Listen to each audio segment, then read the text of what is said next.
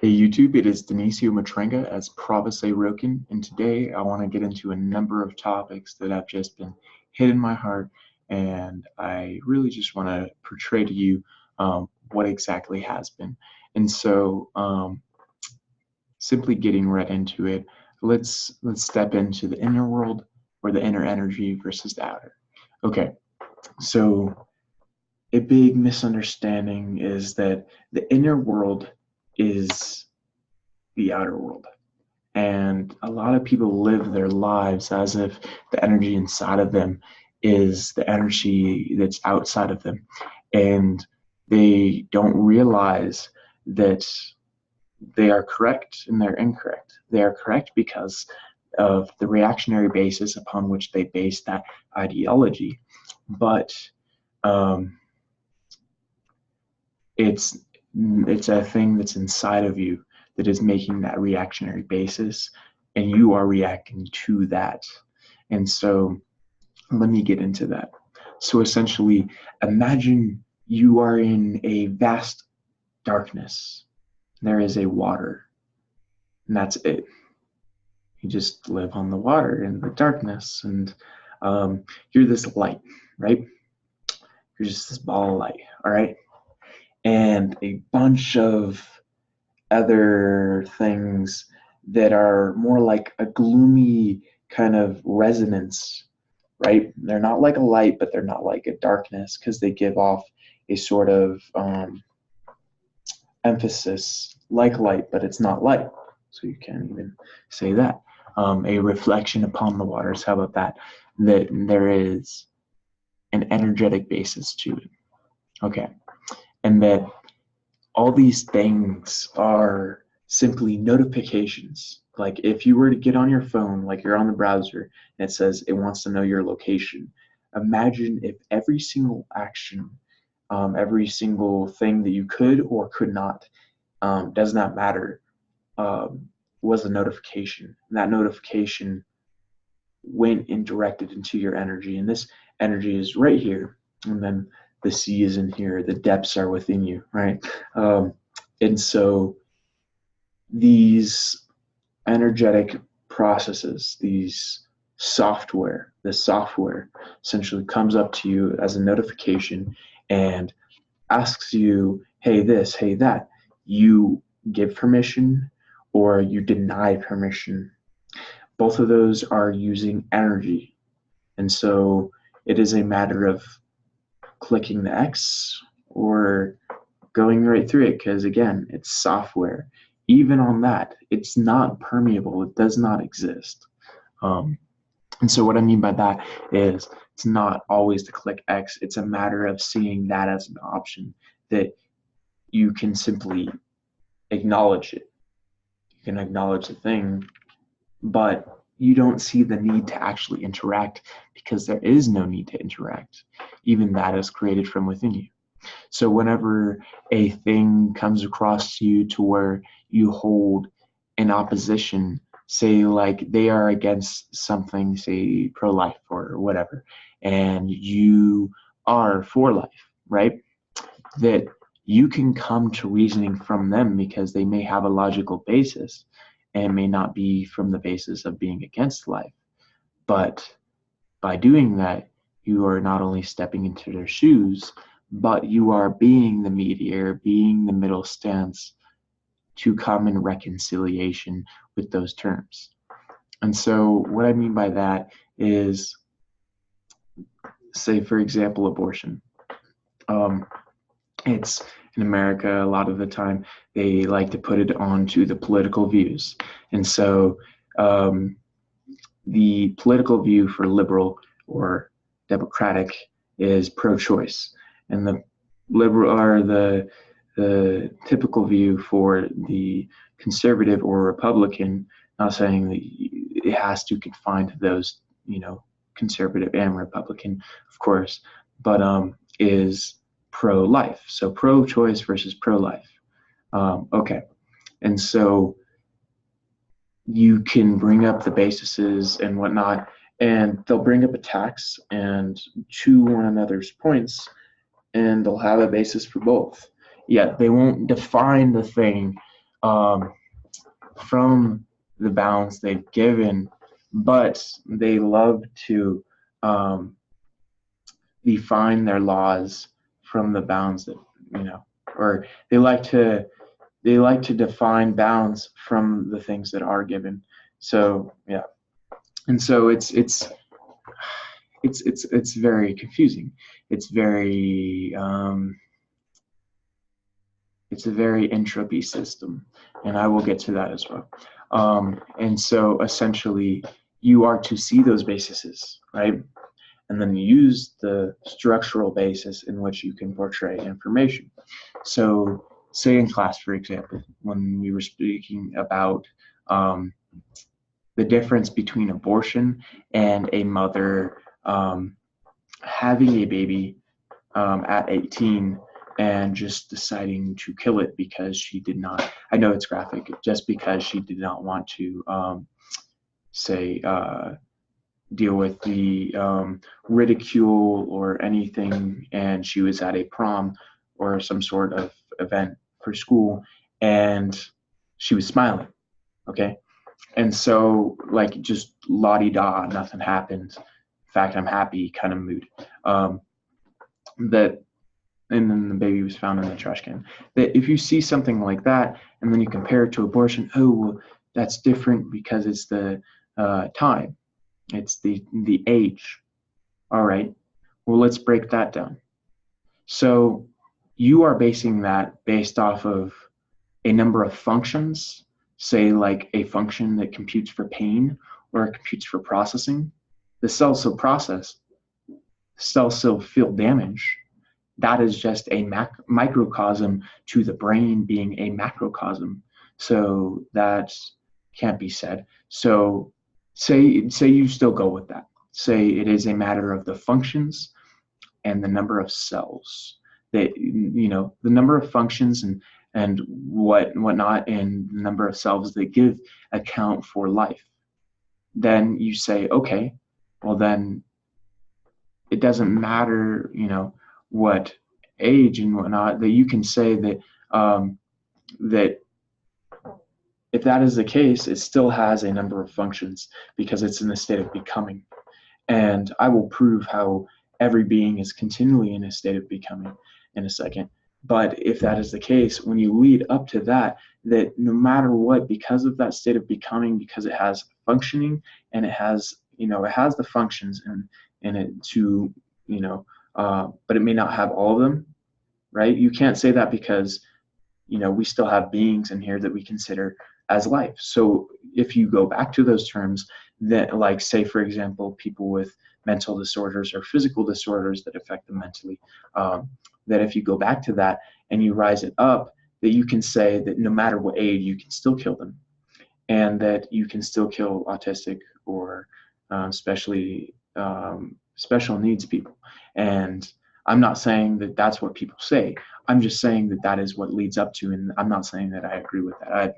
I'm just breaking it down for an actualization for people to see.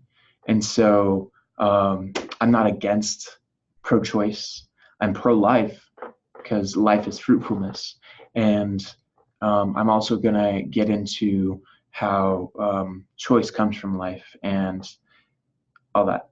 And so essentially, that if you see that essentially that this whole concept that you can go and break it down and say that, oh, no matter what age or whatever they are, that if it computes for functioning mentally or physically, that it's life, right? Say that's it, right?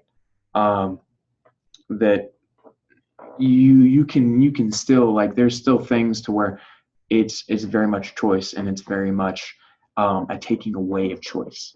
And so breaking that down, that if you are pro-choice, and that I'm not saying against any side or anything, I'm just saying that if you are pro-choice and that you can see that reasoning from a structural basis, which is just a given, then you can see that if you are pro-choice, then what are the choice of the baby? Oh, it doesn't have a choice. It does not have a consent. It does not have reasoning.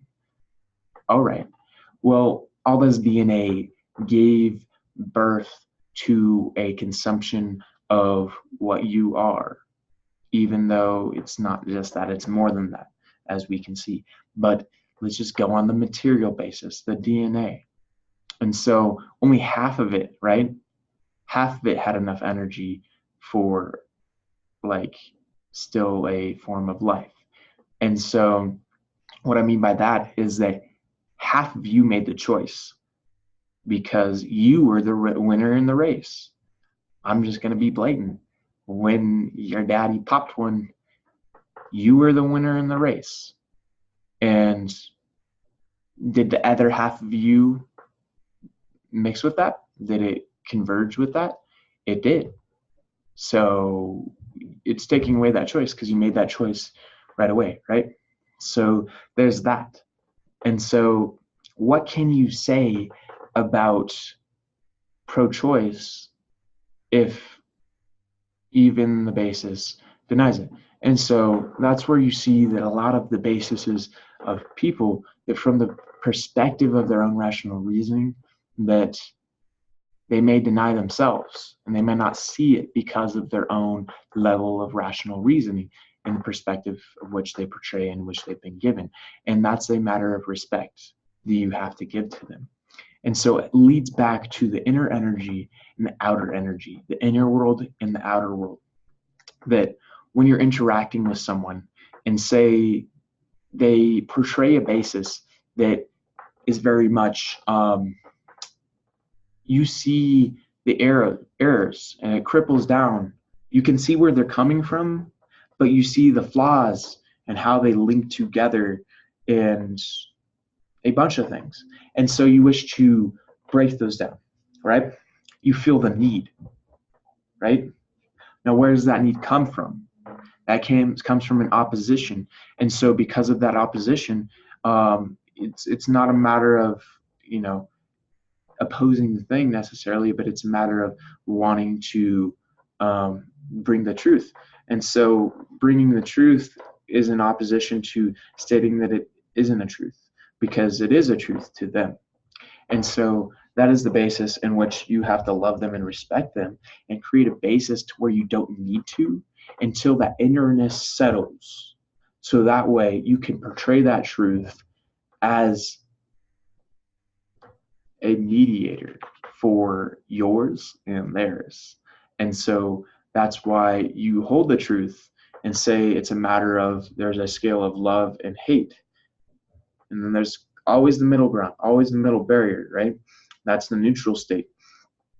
So you hold the love, say for example, and then because of the opposition, you may, in the opposition in which you represent from your inner world, it may be as hate. I'm not saying it's hate. I'm just saying that that is the opposing relationship. So what you do is to create a middle ground. You see the love by becoming the neutral state. While there's these two, you become the neutral state. And that way you can bring them to your spot as well, while you're actually right here. And you can converge your own energies, come to a mediator ground. And so it is all a matter of seeing the energy and how it is inside of you in relation to how it is around you, and see how any facet of it, any portion of it may be a portion of ego, to relay that and disseminate it, to give the love, give the respect that is required in any given situation. Why? Because you expect love and you expect respect. And that isn't a matter of you saying, oh, they have to respect me. No, you put the energy out because you want it. And so, asking for what you want back. And so that's just a matter of working with things. And so life and entropy. What is entropy? Entropy is essentially it's the relation of a thermodynamic in a system that, or a system's thermodynamic energy that is unable to convert it to mechanical energy and process. And so essentially, that if you see that the physical space, it is a matter of stableness and efficiency. All right, stableness and efficiency. That cells are just, the atoms are just light, just a little speck of light. That this physical world is just as imphysical as it is. That it is just light. It's more light and less physical than the light in which you take into your eyes. It is essentially just a sphere or a circle of just infinite directions, light circling in almost like a toroidal field, and just keeps on spinning inward from every single direction. And that is an atom in a representation, or however you wish to see it, but it comes down to is just light. Einstein, Nikola Tesla, just to name a couple, they all knew about this. And that the different combinations, you already know, that the different combinations of the protons, neutrons, and electrons give the basis of what it represents, as well as the potential. What do I mean by that? The potential as in efficiency and stability. How well it works and what it does, as well as stability. Like giving birth to isotopes. Here, let my dog in so she doesn't switch.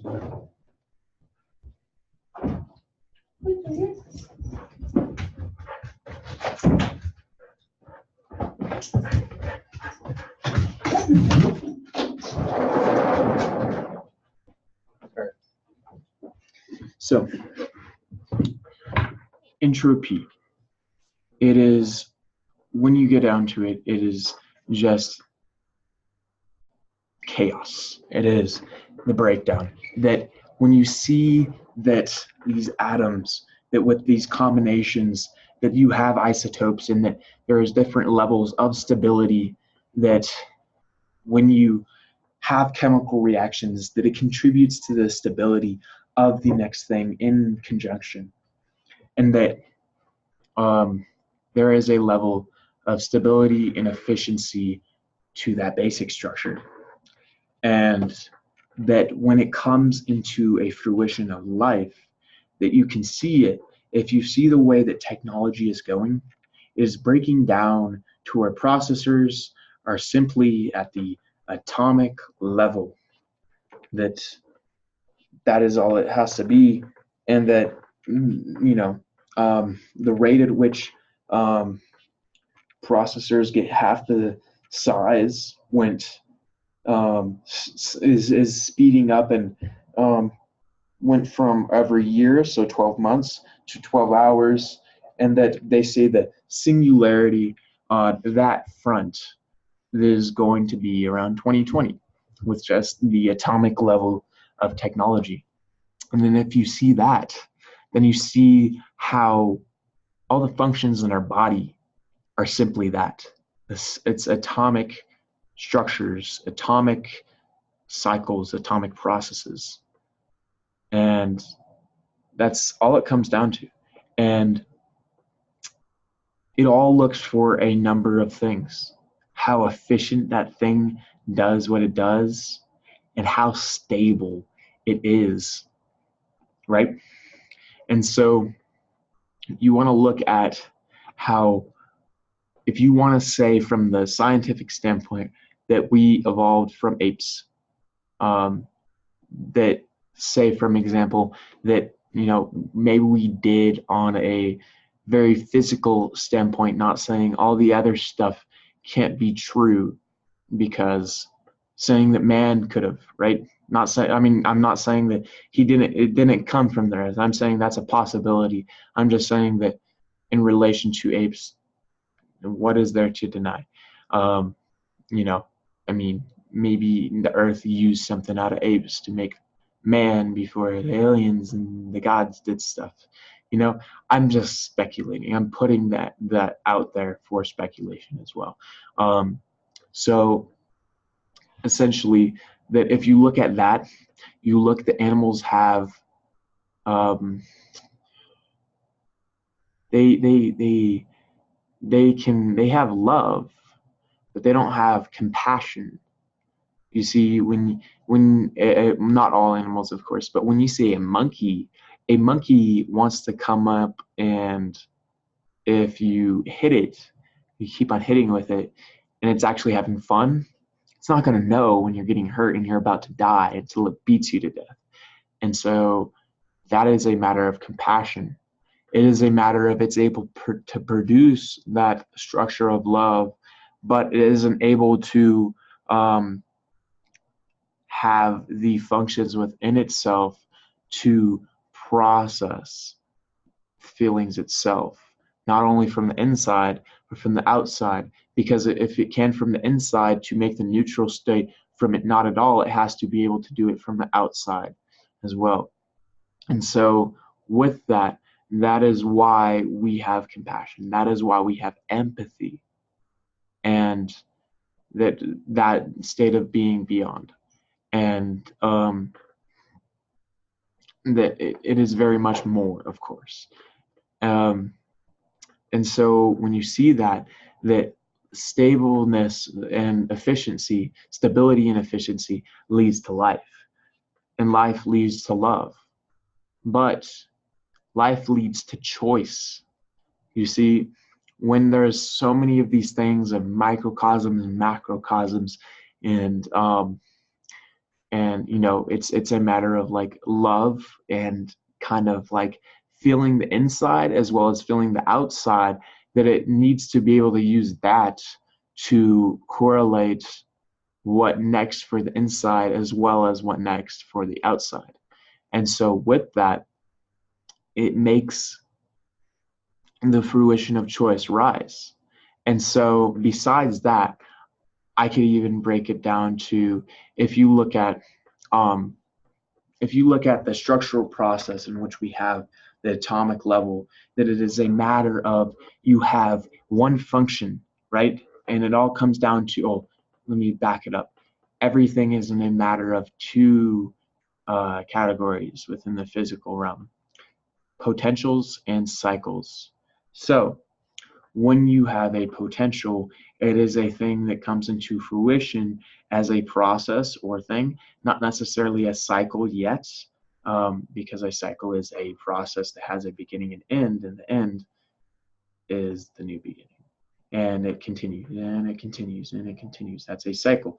But a think of a potential as an ideology, as the outmapping for the function, and the mental construct of the cycle, right?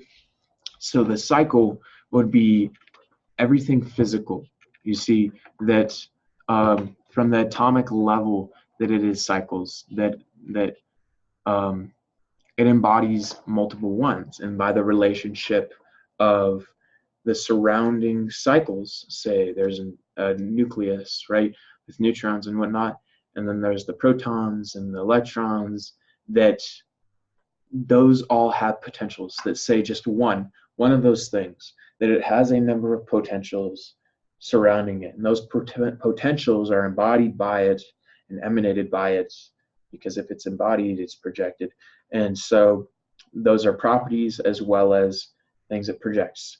And the relationship with more than one of those things decreases it, but also increases it, because, not saying that it decreases and eliminates it, but it eliminates from the conjunct function, because because this one may not contain it. And so as it gains a fruition of more potentials, that it creates a relationship between those. And so it's not essentially eliminating them, it's just eliminating what that one thing can become, because now it's what they can become, you see. And so when it comes to all these functions in our body, all of them work in conjunct with each other. And that is how empathy works. That if your brain is to feel if your mind is to feel your emotions from the inside, to be able to feel them from the outside, that your whole body has to. Your brain processes your body, and it uses your body to process the outside world.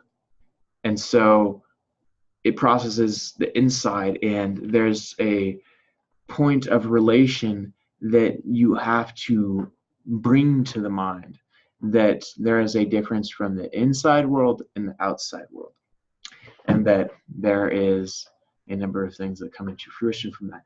And so when you see all these conjunct functions, right, going together, what that thing can become is all the parts, not just one of them, all the parts, together, all the potential. So when it is in a state of becoming, it becomes, right? And so with that, your mind works in the same way, because it is a matter of layers, just like theories. Everything is a theory, even when it's a fact. You just have a number of layers of the bounds of the thing, that you layer them out until the number of layers have a relation to each other, until it just becomes that whole full layer.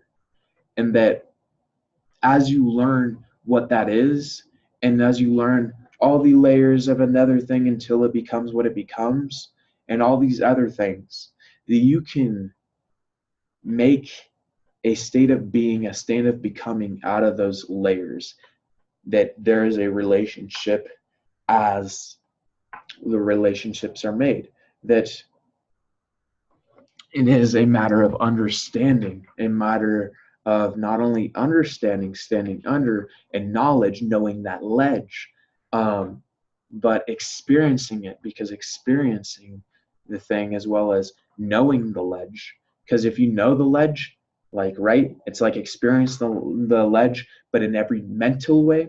And then knowing or experience is just having the physical representation of what you would know of the ledge, right? It is the two parts that make wisdom. And so with that, the process of the mind is completely analogous to the body. And that if you see that, and you see that this is a potential, and it makes a structure out of potential, and that this is a transmutation of potential into cycles that makes a structure out of cycles, that you see that that this physical space of making cycles from potentials is to, in a structural format, is in a state of becoming, to where it can make structure out of potentials itself. You see, because that is the state of evolution. And so if it is to hold that bond, and that potentials in its right would be considered spirit, in this body or cyclical process is the body, then the soul, the purity of the soul, would be the child of light, which, if you read the Nag Hammadi, would have a relation to the offspring of God, and that is why it would be pure.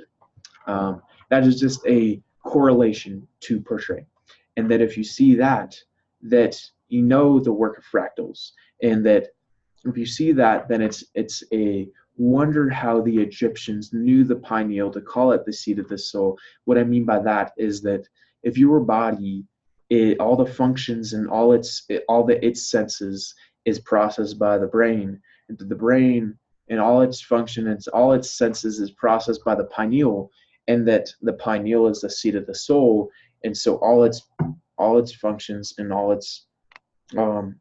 that it senses is processed by the soul, then it is a matter of fractalization. And what I mean by that is that when you know fractals, you know that it expands out to paradoxes. And so what I mean by that is like stuff like, oh, it is just as much as it isn't, those realizations. And so how this pertains to the soul in fractalization, in terms of potentials and cycles, that it being the mediator, that it would contain potentials and cycles, and being the thing and the thing in between it, the intimacy. And you can see that as if that is the Trinity, as the spirit or potential, the body or cycle, and the God as in the pure child of light droplet, that it fractalizes, as in there is a part of spirit within that droplet. There is a representation of expression that can be seen as that thing, or other known as the body, and then the part in which comes from God. And so Pisces is forethought. Sophia is wisdom. Wisdom is potentials and cycles, right? And so you would see, or potentials, or other known as knowledge, and cycles, other known as experience, and thus is wisdom. That Pisces is the feminine side of God, and the Nakamati, the transmutational being, or the being of transmutation. That when you see that she is that intimacy source, Pisces is, what would Pisces be? Pisces is forethought, but Pisces would actually be the expression. Yeah? Because, I mean, think about it, because the being of the all is the transmutation. And so if that is, well, actually, there's a number of ways that you can look at that, but I'm just going to leave that open for free thought, because I feel that I need to think about it more before portraying what it is. And so I think that is interesting. But so entropy being that decay or degeneration process, that when you portray that to how we deal with technology, how we deal with those things, that it is a matter of stability and efficiency, and it's a matter of pro-life, which is a matter of pro-love, which is a matter of pro-choice. And so that entropy with these technological processes, that it has to encompass a form of stability or efficiency, or that we have to encompass a form of stability or efficiency in relation to that, to have a conjunction towards that, and that essentially that way we can get some sort of life, some sort of reciprocation, because of creating the chaos from the chaos, well, creating chaos from the life that we made from the chaos, and making life out of it would cause more chaos, but it would have a form of stability and efficiency. It would be an infrastructure for itself of sorts, sort of like the internet and all that fun stuff. And so when you see like essentially like people with like who don't have a phone all their childhood, all their development, right? And those who do have a phone, there's a lot of things that come into fruition out of that, like being able to conversate, being able to be in the moment, being able to be outgoing, different reactionary bases. That when you see essentially that, okay, let me put it do this way. I grew up in America, of course, and essentially everybody had a phone. My sister was always like, oh, I want a phone, all this and that. I didn't realize what that meant, because I didn't really care for a phone, because there was a number of reasons why I wouldn't know or wouldn't care. But even in America with all that fun jazz. But I became aware of it by age, like to say 11 or so. I got a phone. Um, but the reason why I didn't know is because a number of like bullying problems and fun stuff, which was a result of the first day of school, and essentially parents not wanting their kids to uh, be friends and whatnot, and to give me a hard time. But they took it to another level to where, you know how kids can hurt themselves or whatever, they would say Denny did it. And so if I say went to like just a teacher just to hang out at lunch, um, I didn't even need to be there, and I'd still get suspended. um, and so in fourth grade when I went into foster care, um, that I was there for a bit, and when I turned 11, and I had a phone, they took it away and whatnot, and that was a good thing. Not saying that the home was the best thing for me, because after a number of things, I left, um, and so it wasn't the healthiest place, and CPS isn't the healthiest place to begin with. But um, essentially, I um, realized what a phone was before 11 and wanted one. And so essentially, I didn't get a phone until I was 14. And um, it worked out great. I knew how to conversate. I was always outgoing, had compassionate, uh, all these, abilities. But it's funny how those things are taken away by the simple um, incorporation of a phone. Because if you really see it, it is it is a microcosm and macrocosm just to the inner self, because it's all software. It's all software. It is all those notifications, except that what it does to you is that it not only makes that the whole world, but it makes it so that in your inner self, you cannot differentiate between, developing with it.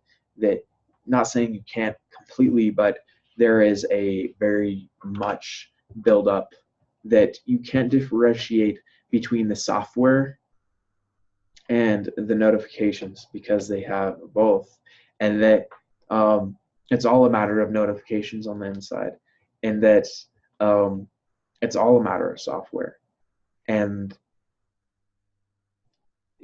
they see it as one and the same, but they don't see the separateness within it, and there is a problem with that. And essentially, there was a number of talks today in civics and econ, and they brought up a number of points, some of which were biased, and gave rise to me feeling the need to say my point. But that was besides it, because what I learned to understand was that because of that, because of me just keeping my mouth shut and whatnot, and listening, even though it was a matter of bias, that with my cognitive reasoning, an understanding of the situation, of the biases and the bases which built to that, and as well as what I understand, it not only made me better understand the world around me, helps me with that, but it helps me better understand myself and reiterate that. And so all I need to do is just stay silent. And it's not a matter of staying silent, it's a matter of being expressive, which is all done in the inside. And so that is the state of neutrality that in which I am speaking, that you are defined, that there is a verge of tensions, and the tension is just as much an intimacy, and that when you actually make it an intimacy, that it is not just an intimacy, that it is also still a tension, because that is a part of the intimacy. It's just that once you be able to listen to it, be able to work with it, be able to love it while holding that neutral stance, that it will not conform to you, it will have a sort of reasoning with you, whether the direct intention is or not. Because when people don't like work with their direct intention and say they take it on an offensive basis, then they start disorienting themselves, and they work on a very subconscious level. They actually tell you everything you need to hear. You don't realize that. And that's what it comes down to. That one last thing is that when I was leaving the class, someone who comes in that is no longer at the school, that comes and helps with the teacher and hangs out and stuff, essentially alongside the biased processes and whatnot, he was conforming, saying that that all people in religion, that it is a matter of fantasy and reality, that the difference between people in religion and not is that they're living in a state of reality or a state of fantasy, and that, you know, it's a matter of you get into a state of becoming into a state of reality. And so I said I agree with him, because I agree from a state of acknowledging where he comes from. But I also agree to disagree. And he actually wanted to hear my point. And so what I explained is that there is a number of ideologies that are just all fantasy, all of them. That, and he was kind of saying this too, that that you start in a fantasy and you get into a state of reality. And so I said that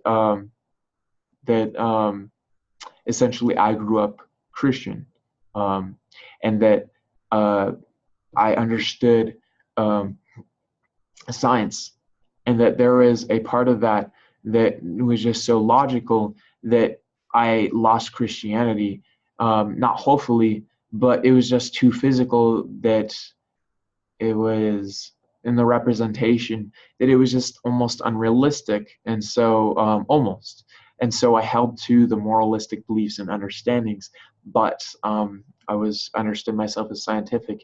And it wasn't until I became very spiritual just a few years ago, and that brought a spark that actually made its way to me going back into religion, and seeing that that there is a number of ways that in which it's not made, but it's portrayed to look at it from the physical aspects, to where when you break it down, you're almost taught to break it down in the very physical aspects, which is inverse to you know, almost how it was brought up, because it wasn't a religion. It was just an understanding of things. It was almost like a history to these Hebrews, to these Israelites. And that, you know, it wasn't that religion. They had ideologies and whatnot, and it was used to boost those, but they didn't look at the very mental representations of the definitions of things, of what a thing was within that book. And when you do that, that is what conforms you to the Nag Hammadi scriptures, because I found those very things before a year and a half before coming onto the Nag Hammadi scriptures. And if that comes into fruition by having an ideology from a logical basis that impregnates a spiritual basis, and vice versa, making it so that the spiritual basis impregnates the religious basis, which is already from a logical basis, like, right? So spiritual, logical, impregnating this religious, that you can break down the ideological barriers and come to a realization of what a thing is in your own eyes, and portray that. You know, it's a matter of doing research. It very much is. And then you can portray that and correlate that from all the different layers and come to conclusions that may be very much against the ideology, because there's so many small boxes, but they're made to be so big, and they're big boxes, but there is a lot of boxes in and out of boxes. It is fractalization. It is exactly that. And so it is a matter of recorrelating your own understanding. And that's when I came across the Nag Hammadi, and it was like, boom, this already lines up. And so if that spiritual and logical basis, by impregnating that, makes the Nag Hammadi, that that I impregnate that into my spiritual and into my scientifical, and then it leads back down to where I that was when I came into the Nag Hammadi, is what I'm trying to say, is that there is a lot of things that came into fruition after that point, because now it's almost like a bounce back, and it's a cycle, but it's all a matter of potentials, and it's in a structure, and it's all ideological, right? And it shows you how much that when you come down to the base root of all things, that facts are just as much as opinions, because of that neutral space, is that, you know, you can have love, you can have all these things, that you can look at a world from a from the mental aspects of which can be pertained from it, instead of the physical representation. And it's not to look at them as one or the other, because that would be an opposition basis, because it's all about neutrality, and it's all about that sort of equality to get a fruition of truth, and to get rid of all this chaos. Not to get rid of it, but to find a stability and efficiency in towards those functions, to where, you know, these small cells can be, in this state of becoming, can come into a fruition, into being a wholeful, holistic system in all the processes and functions and cycles that it is inspired to hold, called as life, that it can make the choices and find importance and separate the inner world from the outer world. And so I am super glad that I got to portray this to you. And I just want to thank you guys. And I want to just say, comment, like, and subscribe, and share, and have a great rest of your day. And